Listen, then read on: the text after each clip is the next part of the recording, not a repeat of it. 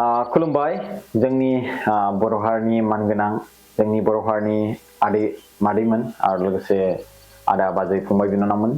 लोगोसे बर' हारिनि आंनि आंगो लोगो नोंथांमोन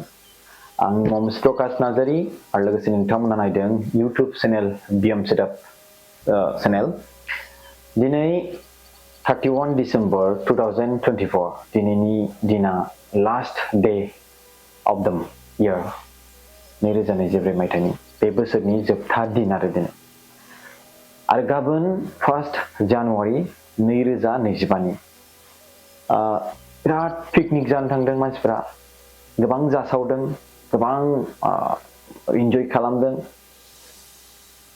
2024 नि 31 डिसेम्बर जायनि सिगांनिफ्रायनो पिकनिक जानाय आरो बिनि गेजेराव जुमाय लोंनाय बेरायनाय बेफोरबायदि रंजानाय बाजानायखौ नुनो मोनदों आं दिनैनि भिडिअ बानायनाय खारना जाहैबाय नोंथांमोनखौ फार्स्ट अफ अल गोदान बोसोर गाबोन 1 जानुवारिनि थाखाय एडभान्स गोसो गोथारै खुलुमनानै अननाय आरो सिबिनाय मान बावहरनाय जासिहरबाय जोंनि गासिबो बड'लेण्ड रायजो राजा नोंथांमोनखौ गासिबो बुहुमनि खना खनलायाव थानाय जोंनि रायजो राजा नोंथांमोनखौ गासैखौबो दा बाथ्राया जाहैबाय जों जोबथा दिनखौ बाय बायनि थाखाय जोङो फालियो जों बे 2024 आव मोजां जा गाज्रि जा जों संसार जाबोबाय आरो बे 2024 मायथाइयाव जि गोरोन्थि मावबाय गेना गोरोन्थि गावनि हिन्जावजों होन बा गावनि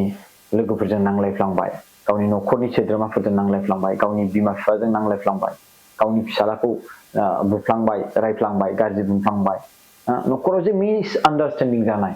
बे मिसआन्डारस्टेन्डिंखौ दिनैनि बे 31 डिसेम्बरावहाय जयैनो रंजा बाजायै बेखौ बावगारदिनि होननानै बेखौ फालियो बा रंजायो बयबो माखासे सोद्रोमाफोरा मोजां जे गोदान बोसोर हिसाबै न'खराव बयबो इउनिटि गेट टुगेदार जानो थाखाय मोनसे चान्स मोनो नाथाय बे इंराजियावसो दै जोंनि बर' हारिनि बोसोर गोदाना जाबाय बैसागु बोथोरखौसो जों गोदान बोसोर हिसाबै जों बेखौ पालन खालामो आरो बैसागु हिसाबै मोसायो दा इंराजियैबा नैबे 2024 आ दिनैनि थाखाय लास्ट दिन आरो दा जों मोननैखौबो फालियो 2024 निफ्राय जि 2025 मायथाइ जानो गोनां बे इंराजिनिखौबो जों फालियो आरो जोंहा बैसागु हिसाबै जोंनि बर' हारिनि जि फोरबो बेखौबो जों गोदान बोसोर हिसाबै जोङो फालिगोन एप्रिलसोआव जायो नामा एप्रिल बिदि दानाव जायो आरो एप्रिल दानसोआव दा आं बुंनांगौआ जों 1 जानुवारिखौ वेलकाम हिसाबै गोदान बोसोर वेलकाम हिसाबै जों बेखौ रंजाबाय जे फैबाय गोदान बे बोसोरा मोजाङै मोजां रंजा बाजायै थांथों होननानै जोङो 1 जानुवारि खालि जोङो रंजायो जाहाथे बे बोसोर गासिबो रंजानायैनो सोलिजोबलांथों होननानै आरो नैबे 2024 मायथाइखौ जों खालामो जे बाय बाय जि गेना गोरोन्थि मावफ्लांबाय बे गेना गोरोन्थि मावफ्लांनायनि थाखाय बयबो निमाहा होलायदो बयबो गेट टुगेदार जानोसै जों रंजानोसै जाबाय 1 जानुवारिनिफ्राय जोङो गोदान बोसोर जोङो मा होनदों संसार जानि दा 2nd and 3rd and 4th 5 उइकलिकै सोलियो रंजानाया उइकलिकै गोबां सोद्रोमाफ्रा समखौ नस्थ' खालामो जुमाय लोंनाय जानाय लोंनायाव 31 डिसेम्बरा दिनै नाथाय 31 डिसेम्बरनि सिगां सप्तानिफ्रायनो गोबां जानाय लोंनाय पिकनिक जुमाय लोंहैनाय बेदर हांना जानाय जों बेफोरखौ नुनो मोनो निश्चय आं बैसोरनि जानाय लोंनायनि बाथ्रा बा रंजानाय बाजानायनि बाथ्रानि सोमोन्दै आहा जेबो बुंनांगौ हेंथा गैया नाथाय आं बुंनो थांनाया जाबाय जों जुदि समाजखौ नोजोर होयोब्ला जों जुदि ससाइटिखौ नोजोर होयोब्ला जों बे ससाइटिखौ जों गोग्गो दानोब्ला नोंनि आखायावबो बिबान दङ आंनियावबो दङ बै बिथांनियावबो दङ बै बिथांजोनियावबो दङ मानो होनोब्ला नों जि दागोन दायो नों जि खालामगोन दायो बेखौ जोंनि फैबाय थानाय जेनेरेसना नुगोन आरो बेजोंनो सोलिलांगोन सिगांनि जोंनि गिदिर गोलावानो बा खालामदोंमोन दिनै जोंबो खालामनाय माथो मोनसे बेखौ बुंनानै बै समावहाय खामानि मावलांगोन आरो बेखौ मोनसे बोसोन बायदि माखासे सोद्रोमाफ्रा फालिलांगोन स' बेखौ जोङो होबथानोब्ला जों निजेनो जों बयबो दानि समनि सोद्रोमाफ्रा नोजोर आन्दाज होनांगोन अके 31 डेजखौ जों बा 30 डेज 31 डेज लास्ट बोसोरनि बे दिनखालि जोङो बेखौ बाय बायनि थाखाय जोङो न'खराव गेट टुगेदर जाबाय साननै नङा होमबा बेखौ बाय बाय खालामबाय गाबोननि दिन जे 1 जानुवारि जागोनखौ जोङो मोजां बोसोरा जालांथों होननानै जों बेखौहाय दे जों बयबो रंजादिनि जाबाय फिनिश नेक्स्टनिफ्राय जोङो कलेज थांदो स्कुल थांदो फरायदो गावनि डिउटिखौ मावदो नङा होमबा मानोथो फैसा खरस खालामबावनांगौ 2nd January 3rd January 4th January 5th January 6th January 7th January 8th 9th 10th बे सप्ताखौ फारि फारियै नायोब्ला पिकनिक जानाया बन्द'आनो जाया जाय जाफ्लेबाय थादों जाय थांबाय थादों बिसोरखौबो थांबाय थानाय नुयो आंनो बुंनांगौ बाथ्राया बिसो बै बे जे फैसा गारनो जे नोंथांनि आखायाव दङ बै फैसाखौ एसे नोंसोर बयबो 10 जन 20 जन स्कर्पिय लानानै गारि लानानै कार लानानै स्कुटि लानानै बाइक लानानै थाङो गारिबाय थायो फैसाखौ बेदर खांनानै जुमाय लोंहैनानै बा माबा मोनसे जेबो जुमाय लोङाब्लाबो बेदर खांनानै बै फैसाखौ जमायनानै लेट्स हेल्प टु सामवान ट्राइ खालामलाय गोसोआ गोजोनगोन आं बुङाखै रंजानाङा आं बुंदों जेनेबा लास्ट दिन बोसोरारिखौ आरो फैगौ गोदान बोसोरनि फार्स्ट दिनखौ वेलकाम खालामबाय रंजाबाय बाकी दिनाव जे 10 दिन 20 दिन एक्सट्रा जे रंजायो 5 दिन गाहाम एक्सट्रा जे रंजायो फैसा गारो बै फैसाखौ जों बयबो ज' खालामनानै जुदि सोरबा केन्सार बेमार जानाय सोरबा उदैयाव माबा लिभारनि प्रब्लेम जानाय सोरबा माबा मोनसे मा होनोमोनलाय टिबि बेमार जानाय सोरबा माबा मोनसे गिदिर बेमारजों साग्लोबनानै दङ नाथाय रांखावरि गैयिनि थाखाय बेसोरा बाय बाय बोसोरखौ फालिनोथ' बाद दोन वेलकाम बोसोरखौ फालिनोथ' बाद दोन गावनि मेडिसिन जानो थाखाय गैया स' बैखौ जों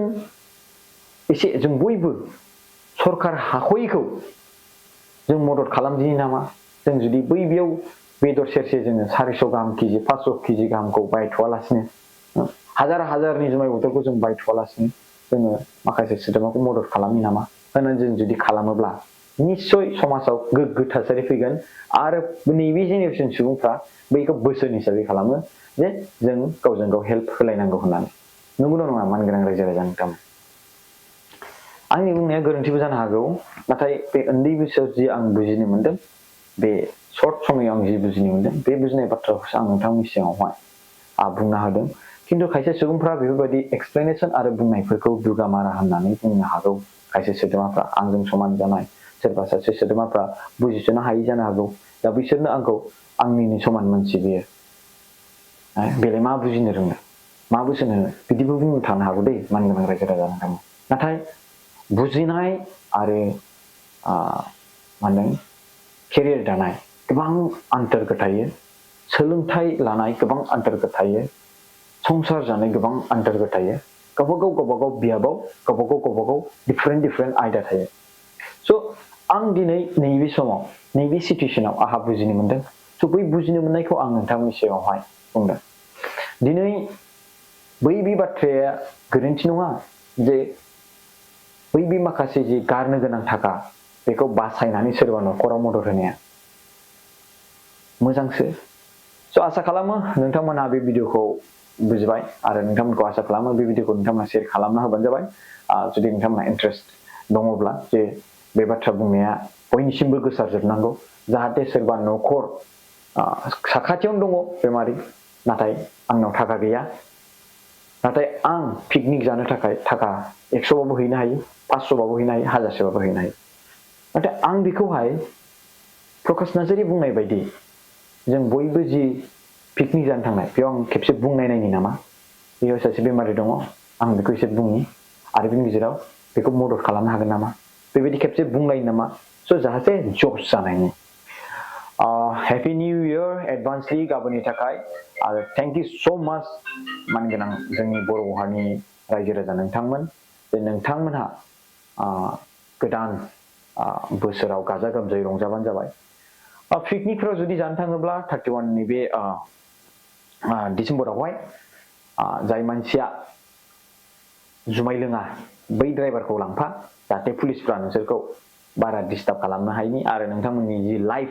बे एसे खम रिस्कआव थानायनि न'फ्रावनो रंजानो नाजा जुदि हाथारोब्ला जे बिदिनो जुमाय लोंथारनो माने जुमाय लोङाबानो थानो हाथाराबा बेखौथ' जों बादा होनो हाथला नोंसोर गंसे गंनै बायनानै गंसेफोरबो एसे ग्लास मोनसेसो लादो बिनि उनाव लोंनानै आरामसे बिन्दास दिनै 31 डिसेम्बर आं रंजाबाय बायबाय रंजानाय फेमिलि जयैनो न'खरावनो मानोथो दाब दाब जायगायाव थांनानै गावनि रिस्कखौ बारायना लाना आरो गाबोननि दिन गाबोनखौबो दिनै आङो 1 जानुवारि हमना लादो दिनै आं एसे रंजानोसै गोदान बोसोर हिसाबै बेबायदिनो रंजा गाबजायै आंनि जिउ संसारा थांथोंसै नैबे बोसोरावबो नङा होमबा बिसोरखौ बोर बिबाय बिनि उनाव इन्जय खालामबाय स' न'आवनो इन्जय खालामनो हायो गोसो गोथारै गावनि हिन्जावजों गावनि गथ' गथायजों गावनि न'खरनि सोद्रोमाफोरजों गावनि फंबाय बिनानाव बिब' एकदम मा होनदों बिमा बिफा नङा होमबा बिराद इजि रंजादो मोसादो गोसो दङब्ला बयबो मिसआन्डारस्टेन्डिं जानायब्लाबो जाबाय आरो बिनि गेजेराव रंजानाय बाजानायाबो जाबाय गोदान बोसोरखौबो जोङो बरायबाय जोबनाय बोसोरखौबो जोङो बायबाय होनो हाबाय थेंक इउ सो माच गाइस भिडिअ नायनायनि थाखाय गोदान बोसोर गोसो गोथार फिन खेबसेबाव नोंथांमोनखौ बरायना हाबाय खुलुमबाय जय बर' हारिनि जय जुमाय लोंनायखौ खम खालाम आरो जुमाय लोंनानै don't drink and drive thank you